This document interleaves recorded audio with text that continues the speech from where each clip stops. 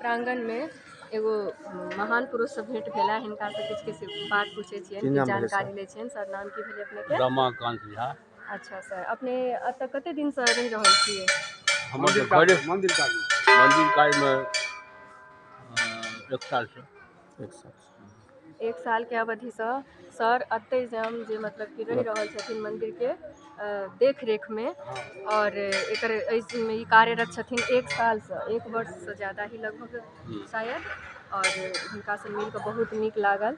तो ठीक और किस इएह कहब जे हमरा सबके जे जानकारी है जे आदि शंकराचार्य जे छै से बाबा लग में पूजा केने छथि। आब ओहि हिसाब कहलियो जे कते दिन का बाबा छथि। बाबा कामना लिंग छथि। बाबा एहिठाम जे केओ कामना लए कऽ अबैए तकर सिद्धि होइ छै।